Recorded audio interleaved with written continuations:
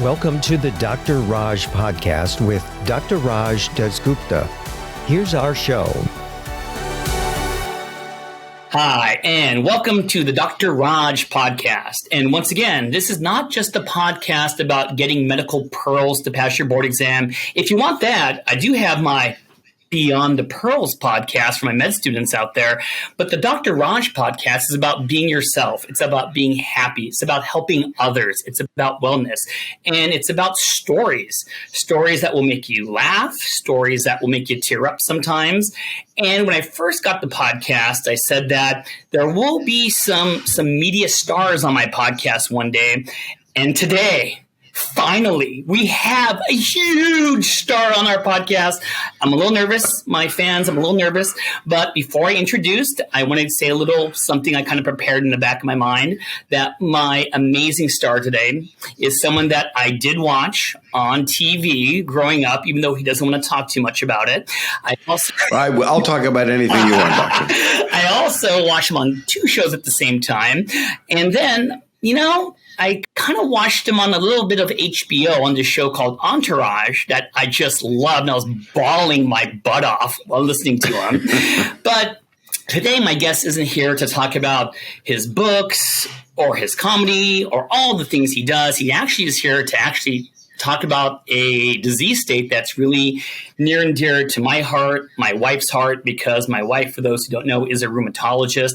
And this disease is called scleroderma. So we're going to do a little bit of both. And with that being said, let me introduce Mr. Bob Saget. How'd you like that? Oh my God. That was how do you follow that? That's amazing. Thank you, Dr. Raj. I am humbled. It's funny, whenever you do that intro, I performed last night at the Comedy Store and I gave someone an intro like that and he was really mad at me.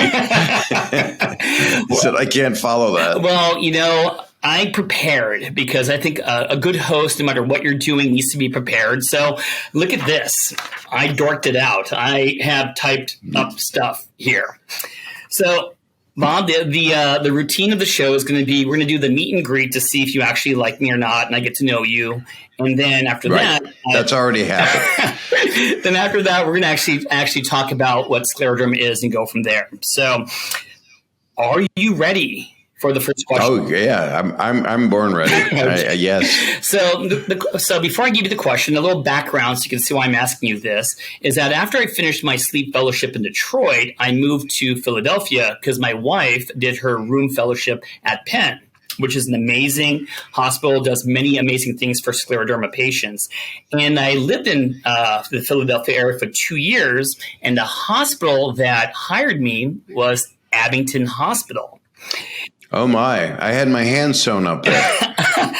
And I think there was more that happened around there. And Abington is a beautiful city. The hospital is amazing. So my question to you is, how did you like being raised in Philadelphia? How did you love, going to school in the Abington area? And what's your take on that?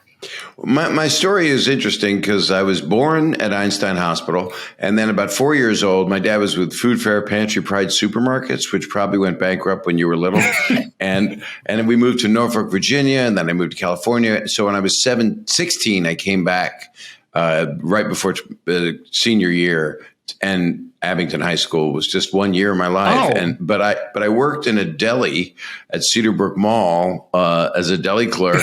Throughout high school and through college. Okay. I lived at my parents' apartment. I am not a child of privilege. And my mother worked at Children's Hospital in Philly. And she was an administrative assistant to a big guy there. And I did a lot of comedy at Penn. You did? Quite a bit of it. Yeah, I was a part of it in Harry's Coffee House, which is at the bottom of one of the dorms. Mm-hmm. And I would get paid in pizza at House of Paganos. That's it. So I'm real familiar with your wife's very smart to have gone to Penn. Thanks. So, in any good interview, you always want to learn about your guests. So, of course, I went to Wikipedia. That's where all good people get their information from, So my question to you now is, according to Wikipedia, I don't know if you actually read about yourself there, you wanted to be a doctor, but you ended up as so much more, and you make so many people laugh and happy. Is that true? And are there any regrets? Do you want to go back and really be a doctor? I'd like to, without any education, do brain surgery. Just do it like a horror film guy. A lot of people have on their T-shirt, "What I really want to do is direct. What I really want to do is brain surgery." And there's one more joke I have to tell you, which is true. When people are making a movie, they go, "Well, at least it's not brain surgery." But making a movie can be hard. So I sometimes think two brain surgeons are working, and one says, "At least we're not making a movie." Because it's the opposite. I really wanted to be a doctor, and I went to Temple University. Yes. And I had a teacher at Abington who changed my life, really, Elaine Zimmerman. She's no longer with us. She was amazing. And she told me, and this is a joke I've done actually, but it was a real true thing, that she said, "Don't become a doctor, become a comedian and a filmmaker." And the joke was she saved thousands of lives, because it would not have gone well. I couldn't do chemistry. I couldn't do math. I couldn't do bio. So I was pre-med for one semester, and then I switched over to the radio, television, film department at Temple. And then I made films. And ironically, I made a film about my nephew having his face reconstructed called Through Adam's Eyes, and it won the Student Academy Award. And my nephew was 7 at the time. And he narrates the film. It's a short film, black and white, 11 minutes. And I shot it at Children's Hospital, which is where he had all of his surgery. So I have a strong connection to your past life and your wife's. No, and you actually, I don't know if there's a two-way camera. You read my next question, what was your motivation for Through Adam's Eyes? Because I did my research, and I was very impressed that, I'm at USC right now, and we have a huge film department, and many people will make, a variety of different films. And to have a film about facial surgery, about what they're going through, I mean, that's pretty mature for someone who ended up on Entourage and all these other really cool shows. So I'm impressed. Right. And I kind of read about it, and I was like, wow, that's deep. So. Well, it was my background. I started making movies when I was 9 years old, all 8mm, Super 8. Through Adam's Eyes, I was at Temple University, so it was 16. And 16mm, sorry. And that was because I loved my nephew so much, and his story was one that I thought should be told of what a kid goes through. And he had Treacher-Collins syndrome, which is where your parts of your face are pulled down, and there's not enough bones in your nose structure often. And it had the appearance for some people of Down syndrome, but his brain was fully healthy. And I don't want to say Down syndrome people are not healthy, but he didn't have that element. And so they took ribs out of his chest, and they literally, like the movie Face Off, took his face off and put bones in behind his eyes and in his nose, and built up his face and built up one of his ears and put tubes in his ears. And so he went through quite a hardship, and he's amazing today. You'd never know anything. He's an adorable guy. He's a real estate guy and an event planner, and he's got an amazing life. Wow! So no, I always it meant a lot to me to make that movie. It was a special thing. No, it sounds like it. And I'm going to switch gears on asking you about your life, because this was kind of interesting and scary. I'm sure I want to hear the story about it, if there was a good story about it.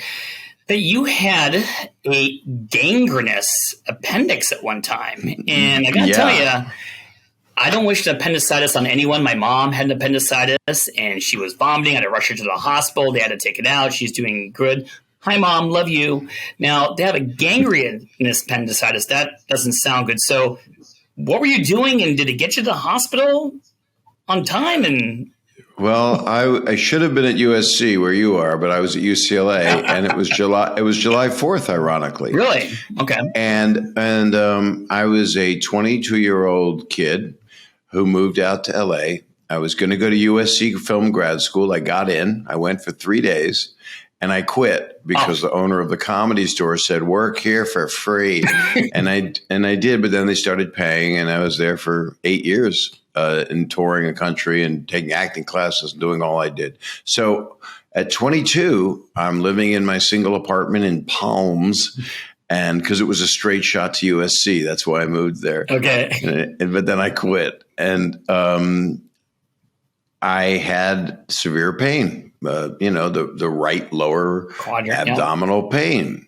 And what is it called? Well, they have a quadrant. So it's like kind of like the right lower quadrant. And there are all these dorky medical words there, but you didn't know that was the appendix at the time, right? Did you think you had just some gastritis or something? Yes, that's what I usually would think it was, because I always ate bad things. And my girlfriend, who later became my wife, who later became my ex-wife, who is now my friend, took me to the hospital. Oh. And she took me to the hospital. And my nephew, I can't remember how I got there. It couldn't have been my nephew. He was a child. So, he was. There's a button. There's a funny ending to it with my nephew being nine and visiting me in California. I don't know how I got there. Anyway, I got there and they didn't have a doctor, and they said you have to wait till 7 a.m. I said, but I'm in severe pain, and it is the worst pain I've ever been through in my life. And as you know, we don't remember pain, but we can remember that it was the worst pain of our life. And they said that it's up there with childbirth, that it can be that bad. So they put ice packs on me for 7 to 8 hours and left me for dead, not even thinking. I don't think it had perforated until later in the morning. I think I was going to be just a routine appendicitis. And then the doctor finally showed up. They finally did the surgery, and it perforated. And I was very fortunate that the gangrene didn't hit my abdomen, because I obviously could have died. Yeah. And they had to put me in a private room, and they were a little scared that I was going to sue them, I think, because they shouldn't have done that. No. They should have awakened the doctor and gotten him there. Yeah. Sorry about his cushy life, and operated on me. Yeah. And it was so bad that they couldn't sew it up. So I had to stuff it with a Q-tip and gauze for about 4 months, an open wound. And it was like Civil War stuff. You can't mention Civil War these days. It has a whole different meaning, but it was like, it does. It's 200 years ago work, or, how they would take care of somebody. And so I would stuff it with gauze and then have to redo the dressing myself. Oh, geez. And now I don't think they would do that. They would probably clean it out, cauterize, do whatever, but they kept me. And today it looks a little bit like you could do that with it. It's not. From here, I'm going to Pilates to try again to get that appendix scar. They never closed it up, so it closed up by itself. So that took months, and that was there's a lot of times my family could have sued hospitals, and we chose not to, because I wasn't a suing family. But now I'm in show business, so now all bets are off. But it was pretty scary, and people should be aware of it when there's lower right quadrant pain. That could be one of the things, right? Yeah. Well, my what mom else could it be? She was in her late 70s. No, kind of mid 70s, and I'm like, I don't think she's going to get an appendicitis now, and it was just maybe some old chicken or something. But it's scary. They had to go to the operating room relatively quickly. They didn't give her the Bob Saget ice pack treatment for 7 hours. I'll tell you that much. Right. What else could it be when a person gets that pain? Well, number one, it depends if you're male or female. If you're going to be a woman, of course, you think about the ovaries. There are other things it could be. If you're in reproductive age, you always think about ectopic pregnancy. Now you're making me dorky medicine. No, I lie. No, you're answering a question I think people need to know. And sometimes, even though we memorize in textbooks that the right lower quadrant's where the appendix is, and there's something called McBurney's point tenderness, it always could mimic. And some people get left-sided abdominal pain. Some get abdominal pain right in the middle. So I think the important thing is, go to the doctor right away. You don't want a gangrenous appendix. And if someone says ice packs and sit overnight, maybe you should call me or Bob. We could help you out, I'll take the call. I'm going to switch things up, because I purposely picked all these different questions from around. So here's a question I want to ask you. That I was really lucky to dabble, and I just mean dabble a little bit in the media world, and it is hard. And sometimes it does feel like it's brain surgery, and it takes a lot of time and commitment. And I just want to know if you could jump in your DeLorean and go back in the time machine when you're doing two super huge TV shows at the same time. And I'll say the names. It was America's Funniest Home Videos and Full House. How is that possible? And did you sleep at all? I didn't sleep, but I was also very fortunate because the tree opened up, and they were both accidents. The shows, that's not a critique.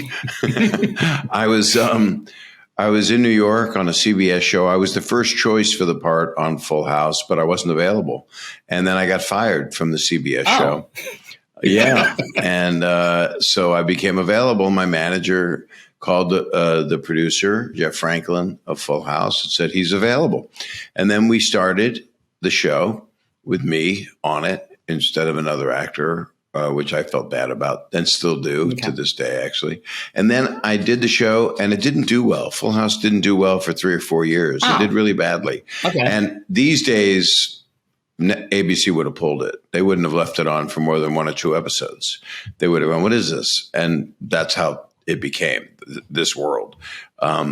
And that's why streamers are cool, because they kind of, if you make 10, they'll air 10, Okay. But with the networks, they got just too much at stake financially now. And I don't think people really follow their gut all the time on, I love this show. And that's what Bob Iger did with this show. And Bob Iger is, he runs all of the Disney company. And he's a wonderful guy. Started my career, and Ted Harbert was the president at the time, and Bob was, I guess, the CEO. I'm trying to remember. Okay. And so they kept Full House on the air, and they would even run it twice a week. And then after 1 year of it, they needed a host for this video show they were going to do a pilot of. And we did a pilot. They found me, Vinda Bona and a guy named Steve Pasquet found me on The Tonight Show with Johnny Carson. I was narrating my wedding videos. And they thought, this is the perfect guy to host a show about videos. So I did it. I did the pilot. The pilot beat a 60 Minutes rerun, and then they picked that up. So it was all accidental. It wasn't like, I got to get this show or something. And most of the good things in my career and life have been that way. They just happened organically. And the things that sometimes I'm passionate about, you just have to push a little harder if you really, really are passionate. But that's how those started. And, I'm a working person. I'm a hard worker. So, I was a deli clerk during college, So I had a strong work ethic. My dad taught it to me. He always worked. I always work. I'm always working. So I take time off once in a while. You're always working, right? Well, yeah, it comes with the territory. You know what I mean? If you want to kind of try your best to help people and do stuff like this and do other things, you can't complain, or else, don't get into that field. So you're lucky. You're lucky because you have the facility to do it. Your wife is also must be amazing to be able to. Being a rheumatologist is really hard. I don't know. People really don't appreciate that field enough. And it's right now, especially with COVID, it's been the field. It's been where a lot of people turn to save their lives because we'll get into all that with lung stuff. But I was just, if I'm given a task, the hardest thing to do is direct a movie. So that's like the most fun. That's my most fun job. But right now it's stand up because I'm going to do a new special. So I'm out touring hardcore. But making people laugh right now is I'm so Norman Cousins on this thing right now. Yep. I am so motivated, and I haven't been this excited to do stand-ups and make people laugh since 1995. That's how crazy this is. Wow. That's where my life was changing, and I was directing more and not on camera as much. Off camera is what I enjoyed. But this is right out in front, making people laugh. And because I've been doing it over 40 years, I know how to do it. So. And you do a great job at it. I'll say that much. So it's subjective. And now I really think you're cheating, Bob, because my question number 6 says, what do you like doing the most? And I put TV or director or stand up, but we must have a connection. because I think we're playing off each other really well. So I think it's also we have good Wi-Fi today. probably. Thanks, Chris. So no, I think that that makes sense. I think that we definitely need laughter at this point. I think is that the answer for right now? Is that being super pumped up, doing your tour, making people just kind of like give them a little appendicitis when you're laughing? Is that the main thing? Yes, I don't want to drive them to the hospital, but if I'm in a place where people can drink, I'm not helping. I'm enabling. So I just did some shows. I was opening up so many venues that were closed. Atlantic City, I opened the Hard Rock, the Estes Arena, and but it was only a seventh of the audience because you couldn't do full capacity. Yep. Now you can. Then I was in Houston, and that's like full capacity. And, people just want to shoot COVID with a gun. Well said. Well said. Well, let me kind of bounce off that this question I wanted to ask you. So I kind of thought you were going to answer stand up. So my follow up question is actually, can you just rattle off some people that influenced you in the comedy field, who you admire in the comedy field? Who do you look up to? Yeah, that's pretty easy. There are people that I got to work with and got to know. And when you get to meet your heroes and they don't disappoint and you get to be friends with them, that's like a dream. So there's people that I looked up to, Richard Pryor, and loved him. And I got to know him from hosting at the Comedy Store forever. And I was in a movie with him. I was a young doctor called Critical Condition, and he was a fake doctor. He was an escaped convict who got into a hospital and pretended he was a doctor. He was an imposter in the movie. And Rodney Dangerfield really liked helping young comedians. I was on his first Young Comedians special on HBO. Don Rickles. Wow. Loved him a lot, like a dad, and became close with him. I used to sneak in and watch him at 17 years old in the Latin Casino, which was across in Jersey, right across from Philly, and I saw him open for Frank Sinatra, and then I saw him headline there himself. And I mean, there's a lot of people that I look up to. Many that I've met. And I met a couple that were hugely disappointing. And then I met others that I got to know, like Bob Newhart and Norman Lear, who is a magical 98-and-a-half-year-old man who's one of the smartest people any of us could ever know, who changed television. And I just talked about this because there's a CNN series coming on about sitcoms. And I'm in it. Bill Carter interviewed me, and I'm actually on with Jake Tapper Friday or next, I don't know when it is, soon. And we talked about it, about the fact that I was watching All in the Family being filmed, Norman Lear doing the warm-up, and I would watch All in the Family and Sanford and Son and the Jeffersons. I was there. I was a teenager in L.A., and I wasn't even supposed to be there, but I was tall. And I know Norman Lear. We get together and smoke cigars, 98 and a half. So, right. Your wife might say, hey, I don't know about that, but he's 98 and a half. Comedians and cigars, or geniuses and cigars sometimes if you don't inhale.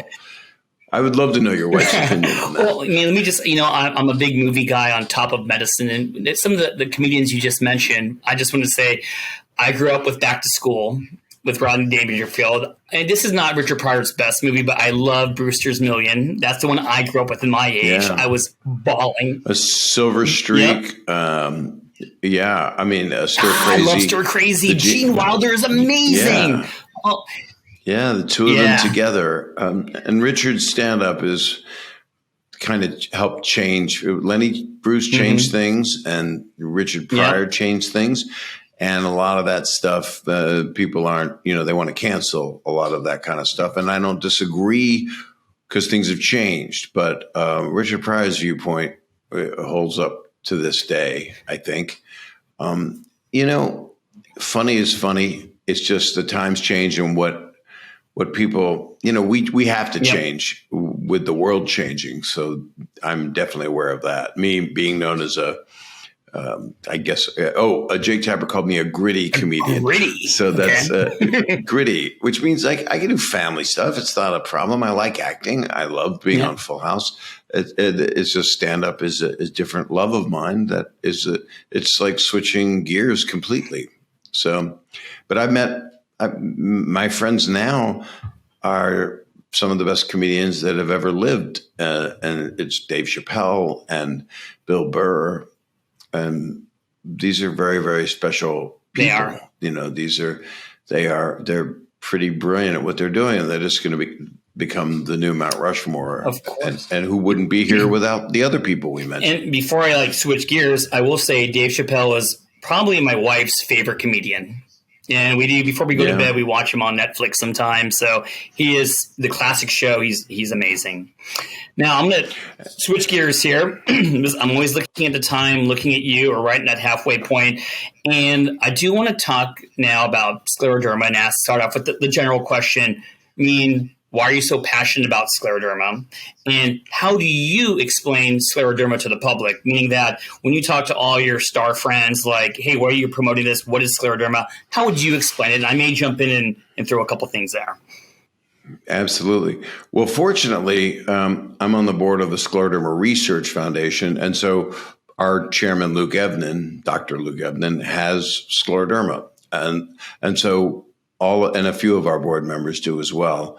And we have an amazing scientific advisory board. If I told you the names, you'd go, or if you looked at our website, you'd go, whoa, yeah, they're good doctors.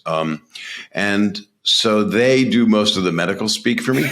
But in my layman's terms, I mean, I came to know it because my sister, Gay was her name, and she, we don't know what she had in 1991. We couldn't figure it out. She was sick for about 2 to 3 years. It was a pretty quick digression. And I did a movie about it where I reenacted what happened to her, which was doctors going, oh, you have mental problems. Oh, you have lupus. Oh, you have Epstein-Barr. Oh, salt, whatever.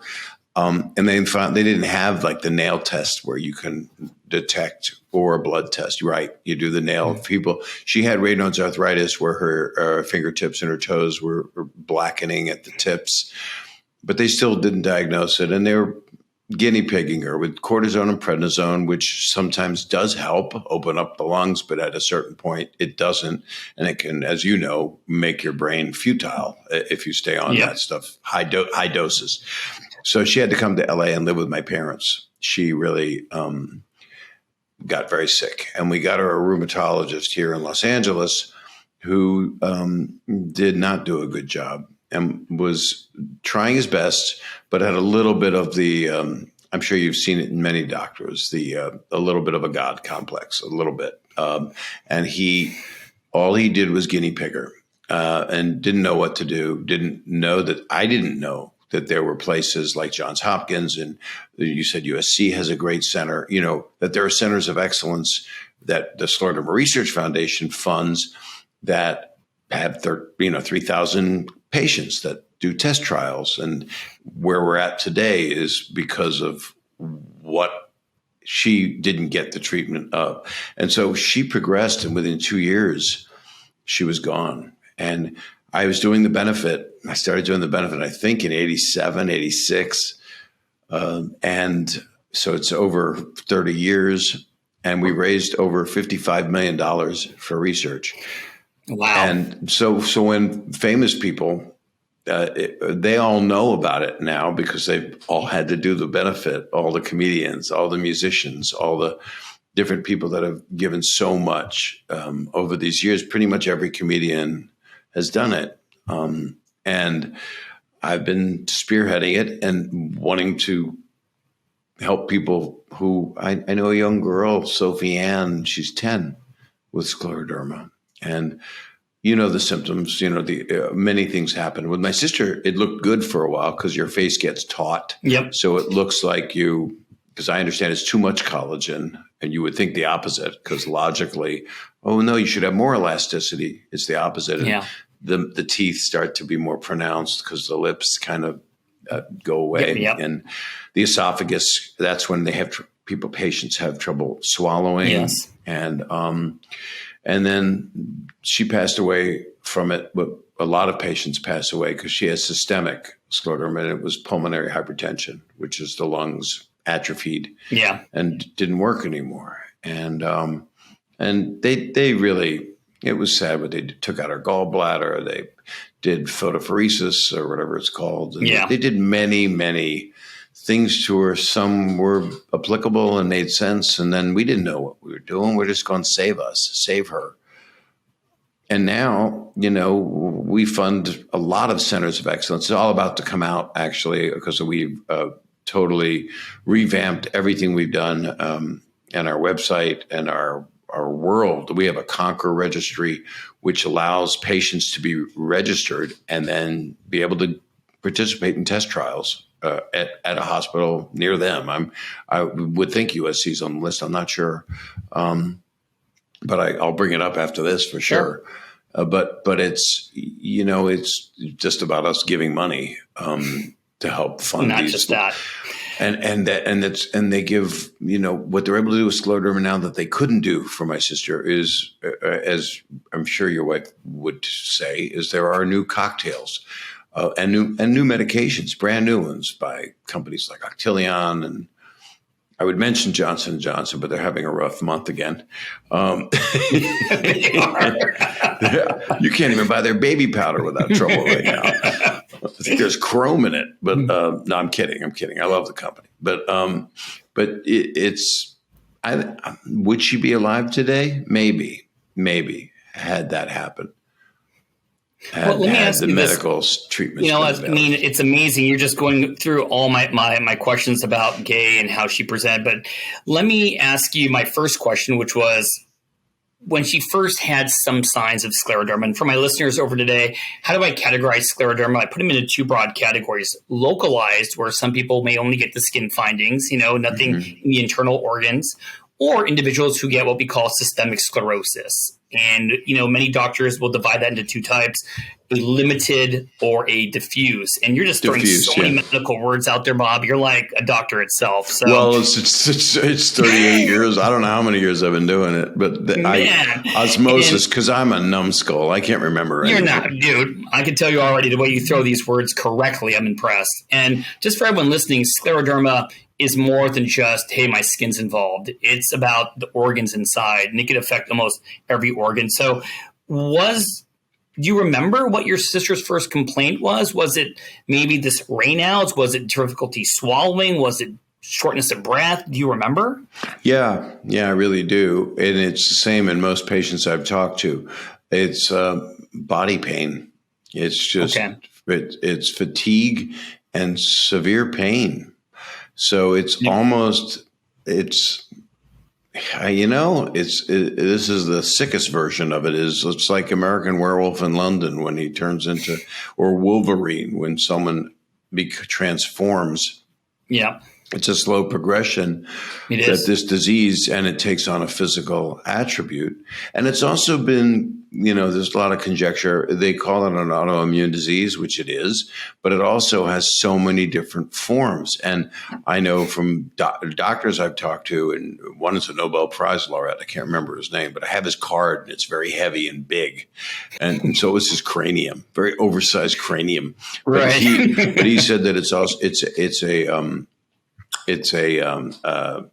vascular disease. So it's often a blood disease of the blood. And then from what he told me, and then of course it's autoimmune also. And then I have friends that are not with us that had cancer also. And it taps onto it, much like we've heard of the COVID cases where, my grandmother had cancer, but then she got COVID, and then it just triple complicated everything.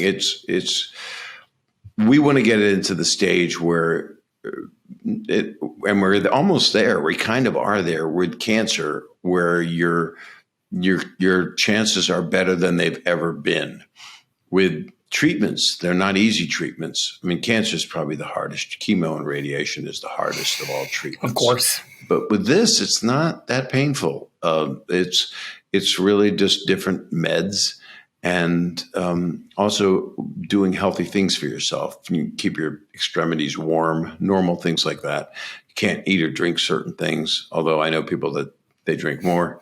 But it is, interestingly enough, and I'm sure you know this and your wife knows this, not unlike COVID, when a person of African descent gets scleroderma, it affects them at a much faster pace and a much more difficult case than a person who is not of African descent. So it's the numbers are interesting, that how it affects different people of different pigmentation. And let me go medical here, is that, the thing about rheumatology that's so tough is that many of your diseases are not common, and then on top of scleroderma, there are individuals that will have scleroderma with no skin findings whatsoever. That's even 3,000 times hard to diagnose. And then I think the hard part, and why I'm so impressed with your foundation, I definitely looked at the website and who's involved, is because there is no magic bullet for scleroderma. Like, here's your pill and I'll cure your scleroderma. We target the symptoms, the organs that are going to be involved, and you're right. And, I wish for people's Raynaud's, I wish everyone could move to LA and live here in Southern California. And it's tough. Because the fires will warm you up. And I wanted to go back and just ask, you already said that it wasn't like, here's a slam dunk diagnosis. I mean, how many doctors did you take your sister to? And you did mention lupus. You mentioned mono, which is EBV. Did I miss anything out there? Were those the two big ones that she got misdiagnosed for? And how many doctors? Well, they went on psychosomatic. They went on a mental health route. And that was, to me, the most insulting. That was because she was a neurotic person, but she was also an amazing, brilliant woman and a teacher, and many students' favorite teacher of their whole lives. I hear from them today. People tell me what an amazing person. And nobody deserves this. Nobody deserves to be in this pain. And at the end of her life, I was there with her. Yeah. And she was saying, "Help me." And I said, I am. And I had to do that horrible thing you don't want to do in hospice, which turns into hospice quickly. Yeah. And she doesn't have time to process it because she was so terrified, and they had her on the wrong meds. And then finally they just gave her morphine, which was, at least she had a little bit of peace. Yeah. But they didn't stop the prednisones. I'm going to really tell you about something I could have sued about. There was he's not alive. The doctor's not alive. Okay. So what happened was, and I won't say his name because I don't know, I'm not that kind of person. Okay. So she was getting released from the hospital to go to my parents. He said, "We've done all we can do right now. You know what hospitals have to do. So they load you with meds and then send you home." What they did was, you're not going to believe this. Your wife is going to go, "What?" They gave her, before she left the hospital at 8 a.m, I was picking her up at noon. They gave her 1,000 milligram prednisone drip. That's huge. It's like what we call that. 1,000 milligram drip. She gets in the car. She's off the rails. I'm fine. Everything's fine now. I feel great. And I'm like, oh no, what did they do? And I got her to my parents, and they lived in the valley. Yeah. And by 2 o'clock, they said, "We've got a problem." And by 5 o'clock, an ambulance came, and they took her to a hospital in the valley because her whole body was shutting down, and she was having a psychotic episode. Oh my God. Like The Exorcist. And then they had to put her down at the hospital, knock her out. Yeah. And keep her overnight and flush her system to get rid of this poison that they had put in her body. So instead of helping her, they just throw more drugs at you. But the amount they gave, that's, I think that probably would have held up in court, but then it wouldn't have, because there was no, I would need to get a major scientist to sit down and go, "This is really bad for this person." And who wants to go through that legal case? And look at what we're doing in the world today with legal cases. Yeah. And somebody goes, "Here's all the evidence. I'm sorry, that's not enough for me." But that's where we were at. And then 2 years later, she passed in 94. And in 96, I made a television movie called For Hope for ABC, Bob Iger again. And Ted Harbert, again, who put me on Full House, allowed me to make this movie, direct it, and executive produce it along with my friend Brad Gray and Bernie Burlstein. And it was about my Dana Delaney played someone loosely based on my sister, and loosely pretty much, spot on our family. And we tried to get the word out on scleroderma. Went on Oprah with Sharon Monsky, the founder of the Scleroderma Research Foundation, who's a whole other episode for you. She was quite a great, amazing spitfire of a woman who was one of my dearest friends. So it kind of put a mirror up to my life. And Oprah said to me during a commercial break, "This is going to change your life. It's going to mess it up." She didn't use that word. And I said, "What do you mean?" She said, "You'll see. Because when you do something autobiographical, whether it be a book, but if it's a movie and a television movie, and at that time, ABC was a big share of the market, and we beat everybody in the ratings, and it changed life. I went through my third of 400 midlife crises, but it was, it helped put the disease on the map, but you can't stop doing it because people don't even know what it is. So. I'm being nosy again about your sister. It's Please. just, I have patients with scleroderma, and I'm doing this because I want them to listen to this episode so they know they're not alone. And two things. One's more of a statement. In rheumatology, I think that sometimes you feel you could throw steroids at everything. And I definitely 100% agree with you that scleroderma, and I like how you phrased it earlier in our conversation. Hey, sometimes it's okay to give a little steroid, but that's usually not a disease that you blast with steroids for a bunch of reasons. Right. And for my med students listening today, there's something called scleroderma renal crisis, and it can be potentiated by giving steroids. And, 20 milligrams of prednisone is 20 milligrams too much. And as soon as you start someone on steroids, you got to get them off, because you start off with one disease called scleroderma, then you'll end up with another disease called steroid toxicity. I guarantee it, But my question for you, Bob, and sorry for going on that side note, is... No, I appreciate that side note. I hadn't heard that, and it makes complete sense because that's what happened to her. I'm the lung doctor, and people always ask, why are you passionate about rheumatological disease? It's because it affects the lungs quite a bit. And most of my scleroderma patients sees me for lunging issues. There's two main ones. And I wanted to know if if Gay had either of these. One is called pulmonary fibrosis, and the other is called pulmonary arterial hypertension. Yeah. And these are both very severe. And I think you did mention it, but I'm going to ask you again. Did she have any one of those? Pulmonary arterial hypertension, or PA, as we call it. I actually know about it, and that was when she was doomed, and that happens to a lot of patients. And I have a dear friend who's a board member who lost her mom, and we got her to one of the better doctors, Fred Wigley. He's kind of, and Carol Black is in England. So he's one of the people that's one of the main people that's seen the most at Johns Hopkins. But everyone is working on it now because it's more prevalent. I know that you guys are working on it at USC because I always talk to somebody, maybe I'm the poster boy, but people are saying, "Oh, my aunt has it. I just lost my mom to it." Or my mother's doing well. She's on this program at this hospital. I'm like, that's fantastic because it's. And when it comes to the lungs, I would say two things. Number one, where we are now in 2021, there are so many more categories of drugs that we use for pulmonary arterial hypertension, PA. And there are also many drugs out there that got FDA approval for the pulmonary fibrosis. And I'm hoping this podcast, me and you being buddies, are going to raise awareness that people with scleroderma, when you start saying, "I have difficulty breathing," push your doctors to find out what therapies are out there, or refer you to an institution that can get you those therapies, because you don't have to suffer. And that's the truth. No, you don't. You don't. And there is relief. And I see more people getting well now. I mean, in many ways, I've talked with our board, we say we've crossed the desert. We're not there, but we've crossed the desert in where we need to go now. because there are literally new medications, CellSap. I don't know if you're familiar with that. CellSap, of course. People are loving it. And again, it's not for everybody. Everyone is different.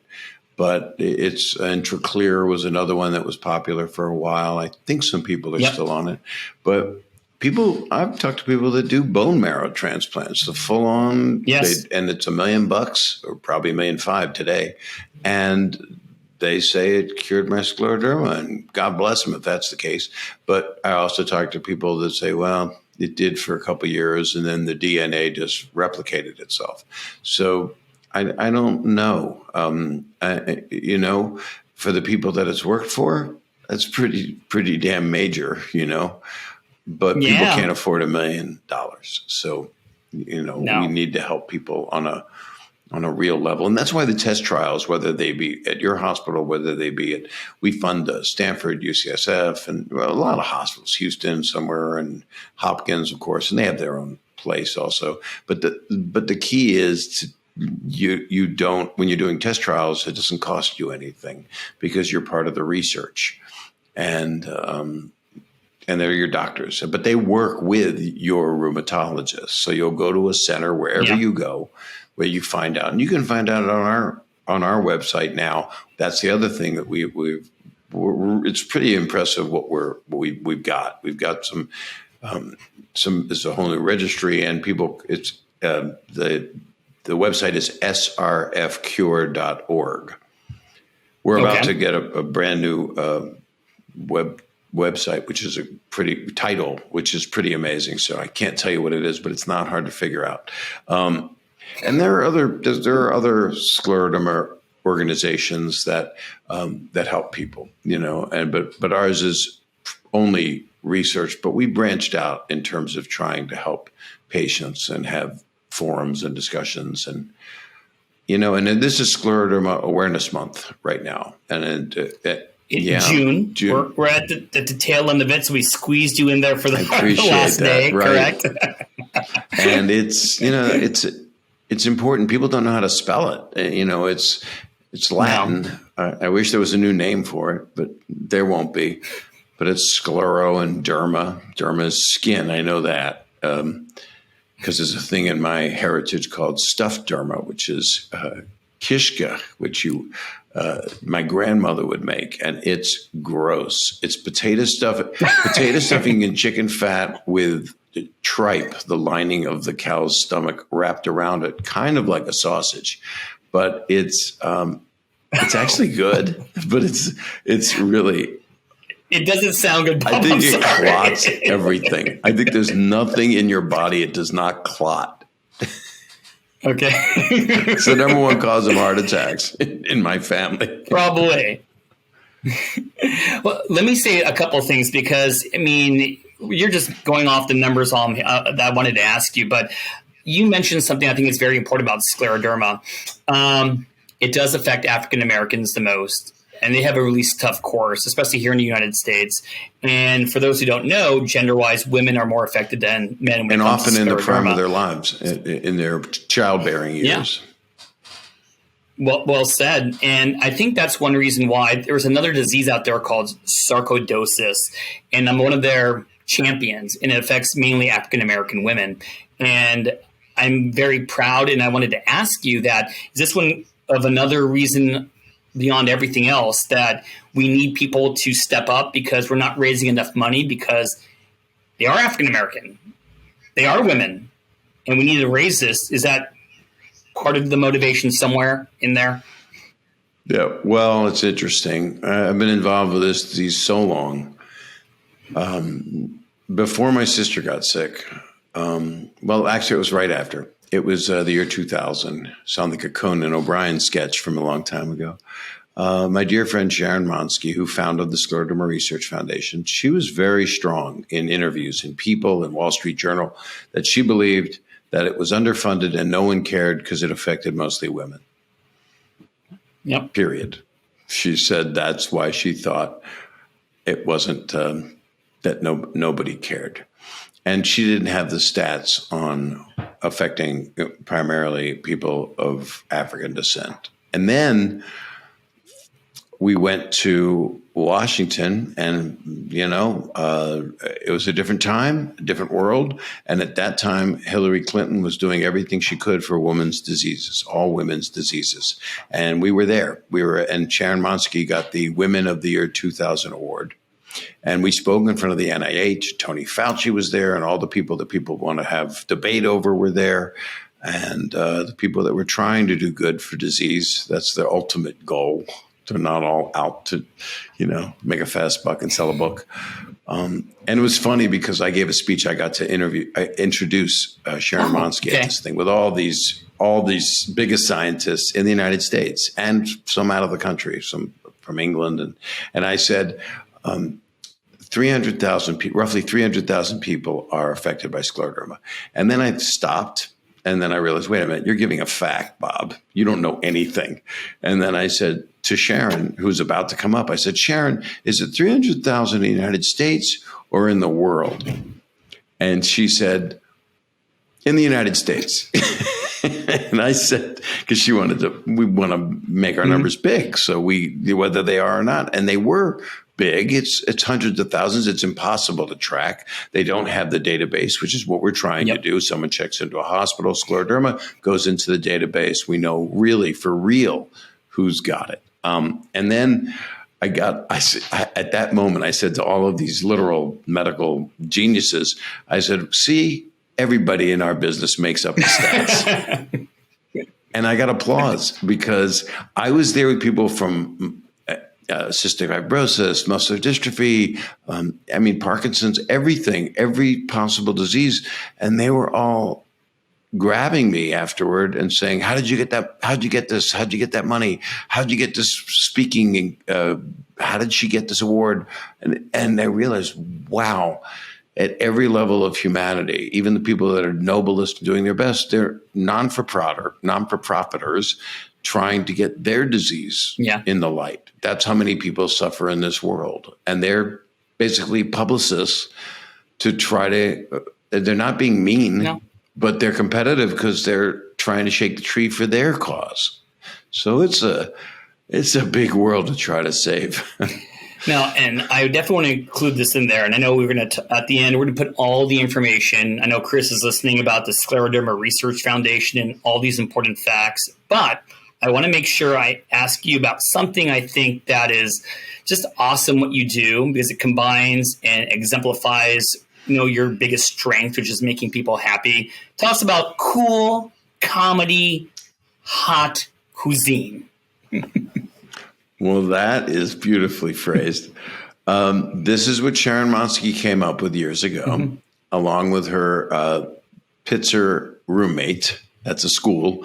And Susan Feniger of the Two Hot Tamales of Border Grill, Top Chef. She's an amazing person, one of my dearest friends. Also, she's on the board forever from the beginning of the Scleroderma Research Foundation.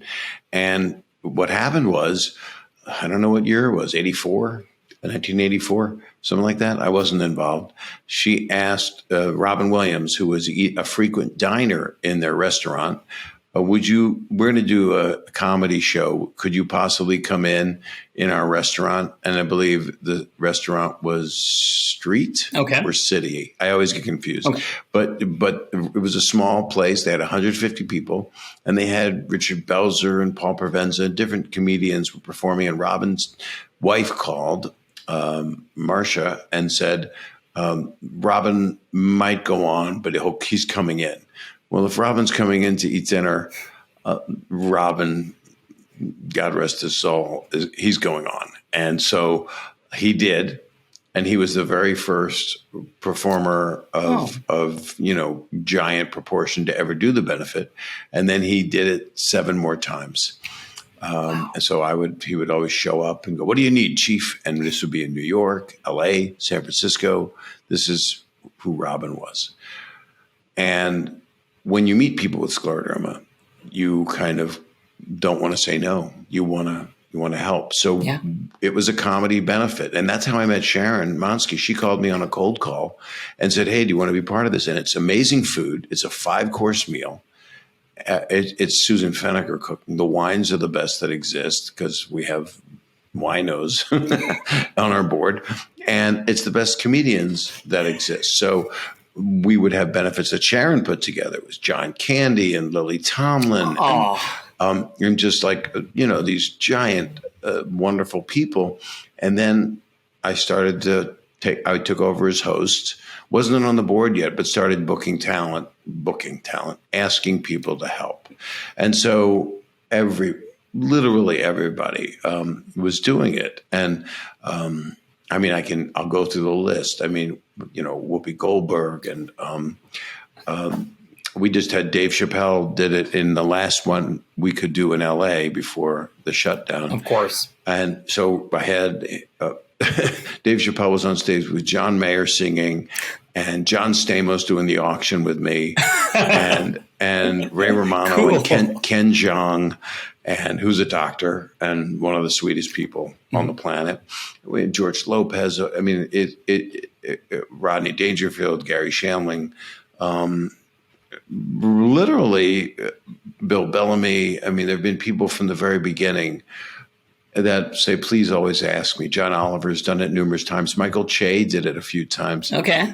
He was just on my podcast, and he said that the first time he did it, he was going to wear a Bob Saget t-shirt just to throw me off because he loves practical jokes. Jon Stewart did it. Jerry Seinfeld. It's kind of Cool Comedy Hot Cuisine is our flagship event. We do it in LA, New York, and we were doing it in San Francisco. A lot of towns need repair, and a lot of towns need live events. We were thinking of doing it in the fall again live, but we all decided, I think a smart executive decision, to do a virtual event again. So October 17th, I think it's the first time I'm mentioning it, but we're going to go out with a press release. October 17th will be our next virtual. We did a virtual one last year, and we raised $1.1 million.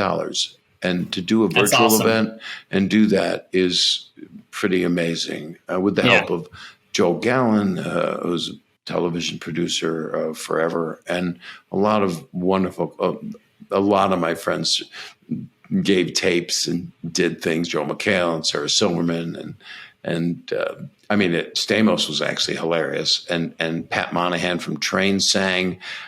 Train sang, and Kelly Clarkson sang, and John Mayer sang. It's just the heart of people when they realize what scleroderma is. So Cool Comedy Hot Cuisine it gets irreverent. It gets where people are, I'm in a benefit with sick people in here, and people are cursing and having a good time. And it's always been an incredible party. In LA, I'll invite you. We do it at the Beverly Wilshire in the ballroom there. I'll make sure everyone heard it. Oh, it's happening. It's happening. I'm finally getting invited. It'll be next year, not this year. The fundraiser. It'll be when we're not virtual. And then we'll do it again in New York, and because people are coming back. And as long as we don't have all these variants, what a world. So what's deltas and gammas, and who knows what Greek alphabet's going to be coming up if we don't get vaccinated? Can I ask you a question? So what is the concern between your wife and yourself being in similar fields? What's the concern with these variants? If you've been vaccinated, we'd pretty much go, let's just live our lives. But they're recommend. It's not legal. It's not the law to wear a mask, but they're recommending it. So I think the answer is always going to come down to, what does a virus do? A virus could only replicate when they're in our cells. They're like little parasites, Bob. They can't do anything on their own. They're like little strands of DNA and RNA. And we know that the longer they're hanging out in our cells, they use us, the more times they're going to replicate. The more times you do something over and over again, the more chance of getting a mutation. So what you got to do is get vaccinated, because it doesn't go in our cells and it doesn't mutate, and we won't get these nasty, nasty deltas and gammas and alphas and betas. Who knows what the next alphabet soup is going to be? So my passion is that if there is something that could help people, whether their immune system's intact or not intact, and, stand up for the people who are older, who've done so much for us, I want to do it. And I always tell everyone, there's so many different guidelines out there. Is it CDC or WHO? Never be bullied around. If you feel that you want to wear that mask and be safe, whether you're indoor or outdoor, you do it, because of the fact that I see lung patients. My wife sees patients who have their immune system is just in disarray. And if one jab or two jabs could, help them out, I'm always on that team. So I'm very passionate about it when it comes to helping people and encouraging people, to get their vaccines. I've been saying I get vaccinated 3 times a week. I like it so much.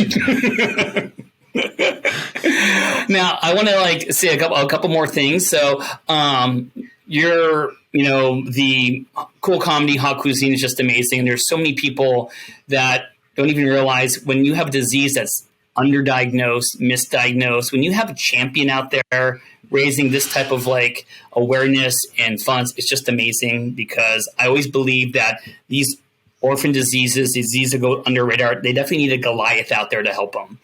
But I wanted to ask you something. So I'm going to be like the Oprah now. So one thing that I'm very passionate about is writing medical books.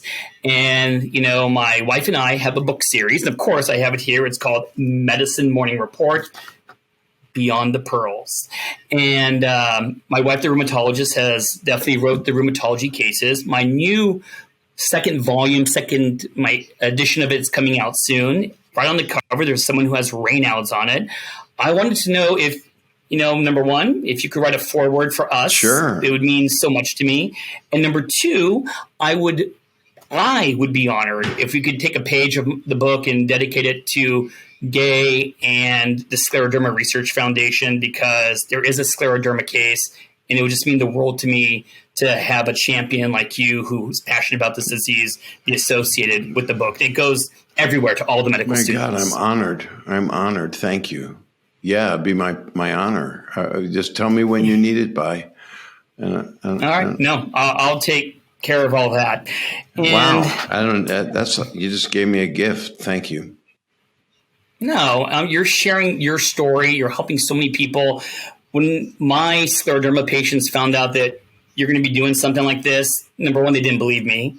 Number two, they get a little teary-eyed, because we don't know people who really are out there who have influence to help disease states out. So they mean a lot. But I wasn't going to do this, but I said that my last question has to be something kind of funny. I don't want it to just end on the medical note. So you know where I'm going with this. My question to you, and you could roll your eyes, is Full House ever going to be over? Is it ever going to be done? It's done. It'll never go. I don't think it's ever going to go off the air. They did the 6 seasons, really 5, but it was spread it out to 6 seasons of Fuller House, where we would show up. The older cast, they called us the legacy cast. They would open up like a chamber on the alien ship where Sigourney Weaver, lets us out of the decompression unit, and we would make our appearances. But I think someone someday will, because the show is what it is and makes people feel so good for generations to come. Because every year, one of our producers, Bob Boyette, said every year a new audience is born for the show. It literally never went off the air. Brady Bunch went off the air, and those are the classics when I was young for kids. Happy Days was always rerunning, but this thing's been on since it went on. So that's 1987. Yeah. So it has not stopped being on the air, and I don't think it's going to go away because it is beloved.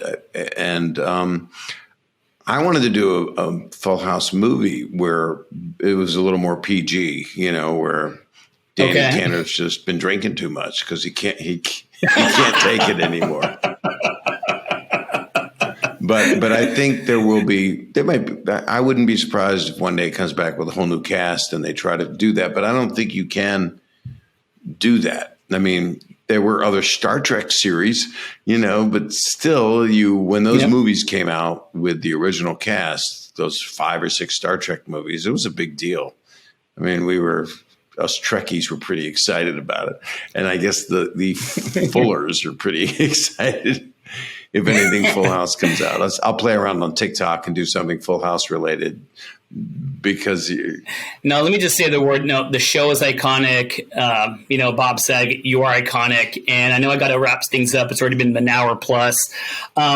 Everyone, this has been an honor to talk to Bob Saget here. I think this is just amazing. I can't tell you. I think this is going to be, what do you think, Chris? This is our best podcast ever right now. This is going to be number one. So it's good. He set the bar really high right there. And I hope everyone understands the passion that people have towards, diseases that don't get enough attention. I just can't say enough. We're going to put all the show notes in there. And I got to say, I hate to say it, but I'm going to say goodbye for this podcast, for this episode of the Dr. Raj podcast. And I'll see you again in about Thank you, Dr. Raj. Thank you again for being so here, Bob. much. Thanks for the honor. And I'll talk to you soon. Thank you. Thank you. Thanks for listening. This has been a production of Ars Longa Media. The executive producers for this show are Christopher Breitigan and Dr. Patrick Beeman. This podcast is for educational purposes only and not intended for medical advice. Ars Longa, Vita Brevis.